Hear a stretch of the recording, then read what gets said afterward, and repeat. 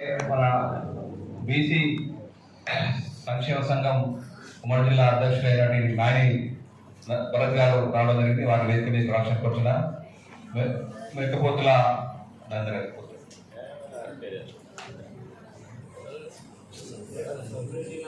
భరత్ గారి వేదిక మీద రాష్ట్రం కూర్చున్నారు. అలాగే మన వరంగల్ జిల్లా మహిళల తరఫున తమ్మల శోభారాణి గారు బీసీ సంఘం బీసీ మహిళా ఉపాధ్యాయుడు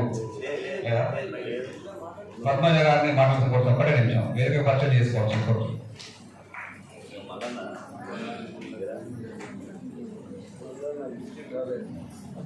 ఈనాటి మన సభాధ్యక్షులు జిల్లా అధ్యక్షులు వెండి గారు, అలాగే రాష్ట్ర అధ్యక్షులు బైడి రవికృష్ణ గారు, అలాగే మన ఈనాటి ముఖ్య అతిథి జాతుల శ్రీరన్న గారు, మరియు రాష్ట్ర మహిళా అధ్యక్షురాలు మణిమంజరి గారు, మరియు వేదిక మీద ఉన్న పెద్దలందరికీ కూడా ఈనాటి ఓరుగల్లు గడ్డలో అన్న ఈరోజు ఉద్యమించిన ఉద్యమానికి నేను వచ్చినందుకు గర్వపడుతున్నాను.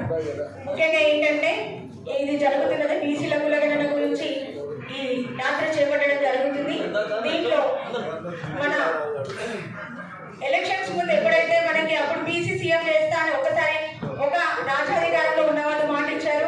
మళ్ళీ తర్వాత మళ్ళీ గెలవడం కోసం మరొక రాజ్యాధికారంలో ఉన్న వాళ్ళు బీసీల కులగణన చేపడతామనగానే అమాయకులమైన బీసీ బిడ్డలు మనం నమ్మి అందరికీ అగ్ర కులాలలో ఉన్న వాళ్ళకి మనము రాజ్యాధికారాన్ని చేపట్టడానికి మనమే ముఖ్యం అవుతున్నాము అన్న ఈ ఉద్యమాన్ని మరింత ఇప్పుడు అక్క అన్నట్టు ఎంత ఉధృతంగా అంటే మరింత ఉధృతంగా ముందుకు తీసుకెళ్ళడానికి మేము అందరం ముందడుగులో ఉంటామని చెప్తూ, మరి మహిళలకు కూడా 32 రిజర్వేషన్ అని చెప్పి ఇచ్చారు.